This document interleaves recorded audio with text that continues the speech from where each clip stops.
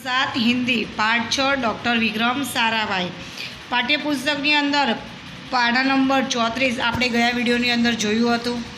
આજે આપણે 35 નંબરના પેજથી આપણે શરૂઆત કરીશું। ડૉક્ટર વિક્રમ સારાભાઈનો પરિચય અને એ નાનપણમાં શું કરતા હતા એ આપણે આગળ જોઈ ચૂક્યા છીએ। उन्होंने अंतरिक्ष की गहराइयों से आने वाले रहस्यमय कॉस्मिक किरणों पर अनुसंधान करके कैम्ब्रिज विश्वविद्यालय में सन 1947 में पीएचडी की उपाधि हासिल की। रहस्यमय कॉस्मिक किरणों अनुसंधान पर कैम्ब्रिजनी विश्वविद्यालय में 1947 में एणे पीएचडी डिग्री हासिल करी हती। ब्रह्मांड तथा सौरमंडल के कई जटिल प्रश्नों का प्रायोगिक हल निकालने का श्रेय डॉक्टर विक्रम साराभाई को प्राप्त होता है। ब्रह्मांड और सौरमंडलना कोई प्रश्नना सारा उत्तर आपवा माटे ए डॉक्टर विक्रम साराभाई ने श्रेय प्राप्त थाय छे। यही उनका सुझाव था। आ बधा सुझाव डॉक्टर विक्रम साराभाईए आप्या हता कि कॉस्मिक किरणों पर प्रयोग के लिए हिमालय की ऊंची चोटियाँ सर्वाधिक उपयुक्त व अनुकूल होगी।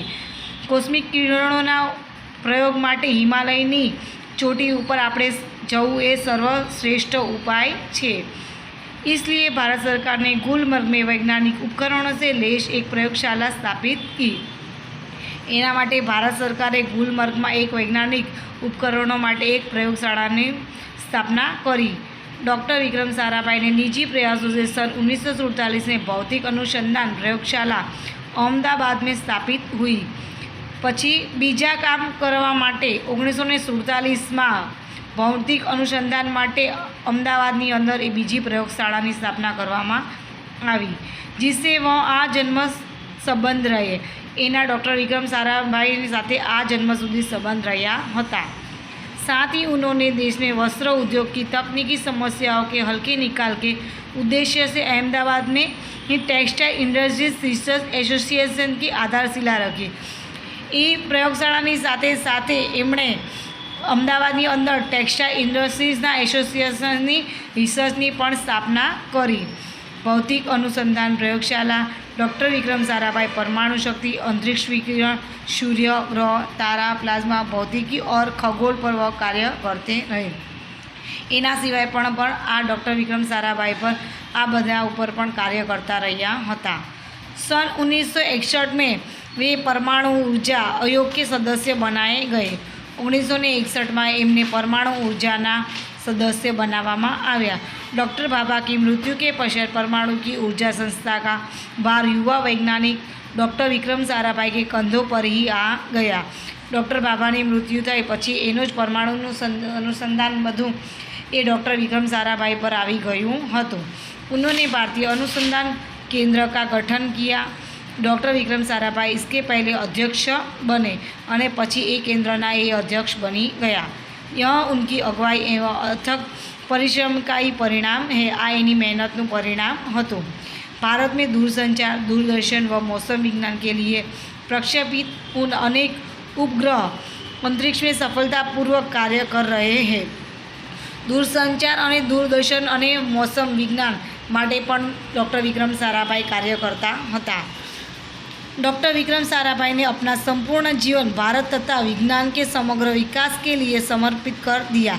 डॉक्टर विक्रम साराभाईए पोतानुं संपूर्ण जीवन विज्ञान और देशना विकास माटे समर्पित कर्युं हतुं। भारत के विकास में उत्कृष्ट योगदान के लिए उन्हें कई राष्ट्रीय और आंतरराष्ट्रीय सम्मान प्राप्त हुए। आ बधा सारा कार्य करवाना माटे एमने राष्ट्रीय और आंतरराष्ट्रीय सम्मानित करवामां आव्या हता। सन 1962 में उन्होंने डॉक्टर शांति स्वरूप भटनागर पुरस्कार, सन 1966 में पद्मभूषण तथा सन 1972 में मरणोत्तर पद्म विभूषण जैसे अलंकारों से नवाजा गया।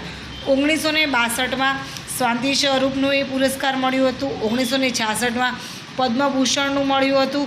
1972 में મરણોત્તર પદ્મ વિભૂષણ માટે એમને ચૂનવામાં આવ્યા હતા। निशस्त्रीकरण में संबंधित कई महत्वपूर्ण अंतर्राष्ट्रीय संस्थाओं में भी भारत के प्रतिनिधि रहे और बीजा निशस्त्रीकरणना संबंध माटे पण ए आंतरराष्ट्रीय संस्था पर पण ए भारतना प्रतिनिधि बनी रह्या हता। डॉक्टर विक्रम साराभाई 1966 में international council of scientific union કે સદસ્ય રહે. Doctor Vikram Sarabhai 1966માં international કાઉન્સિલના scientific યુનિયનમાં પણ એક સદસ્ય બનીને રહ્યા હતા. सन 1968 में संयुक्त राष्ट्र संघ में यूनेस्को के विज्ञान विभाग के अध्यक्ष बने. 1968 में ये यूनेस्कोना विज्ञान विभागना अध्यक्ष बन्या था. उन्हें इंडियन जियोलॉजिकल यूनियन का प्रमुख बनाया गया. पछी एमने इंडियन जियोलॉजिकल यूनियन प्रमुख बनावामां आव्या हता. डॉक्टर विक्रम साराभाई 1970 में वियत शांति अंतर्राष्ट्रीय अणु मंच के 14वीं परिषद के प्रमुख बने. 1970 में ये 14वीं परिषदना प्रमुख बन्या. 1971 में संयुक्त राष्ट्र संघ परिषद के उपाध्यक्ष बाद में विज्ञान विभाग के अध्यक्ष बनाए गए. 1971 में एने संघ परिषद पछी उपाध्यक्ष पछी एने विज्ञान विभागना पण अध्यक्ष बनावामां आवी गया. वह केवल उच्च कोटि के वैज्ञानिक ही नहीं थी बल्कि व्यवस्थाओं के बावजूद भी कला शिक्षा व समाज के लिए भी समर्पित समय निकालते लेते थे. એ ખાલી ઉચ્ચ કોટીના વૈજ્ઞાનિક નહોતા પણ એની શિક્ષા અને કલા અને સમાજ માટે પણ એમણે કાર્ય કરવા માટે સમય નિકાળ્યો હતો. उनके ही प्रयासों से अहमदाबाद में लोक विज्ञान केंद्र एवं नेहरू विकास संस्था की स्थापना हुई. एना प्रयास જ अहमदाबादની અંદર लोक विज्ञान और नेहरू विकास की स्थापना કરવામાં આવી હતી. यहाँ वह जन सामान्य की विज्ञान के प्रति रुचि जागृत करने के लिए कार्य करते रहे. वह 21 दिसंबर सन 1971 काली तारीख थी. 1971 में 21 दिसंबर तारीख थी. विक्रम साराभाई त्रिवेंद्रम के लॉन्चिंग स्टेशन थुम्बा के कार्य निरीक्षण के लिए भेजा गया था. एने थुम्बा में लॉन्चिंग स्टेशन कार्यक्रम माटे मोकलवामां आव्या हता. वहाँ वह एक होटल में ठहरे हुए थे. त्या एक होटल में रुक्या हता. यही हृदय की गति रुकने के कारण उनकी मृत्यु हो गई. हृदय की गति रुकवाना कारण एमनी डॉक्टर विक्रम साराभाई मृत्यु थई गई. उनके निधन से विज्ञान में नित आयामों जोड़ने वाले जीवन चक्र सदा के लिए रुक गया. एना मृत्युथी एवं लागतुं हतुं के विज्ञान में कायम माटे बधुं काम रुकाई गयुं होय तेवुं लागतुं हतुं. ऐसी महान प्रतिभा को शत शत नमन. एवी महान प्रतिभा ने शत शत नमन. આપણને આ પાઠની અંદર ડૉક્ટર વિક્રમ સારાભાઈના બાળપણથી પોતે મહાન વૈજ્ઞાનિક જન્મથી મૃત્યુ સુધી એમણે શું કર્યું, ક્યાં અધ્યક્ષ બન્યા, ક્યાં પ્રમુખ બન્યા, ક્યાં એ ભણ્યા, ક્યાં કોના માટે કામ કર્યું એ આપણને આ પાઠની અંદર કહેવામાં આવ્યું છે.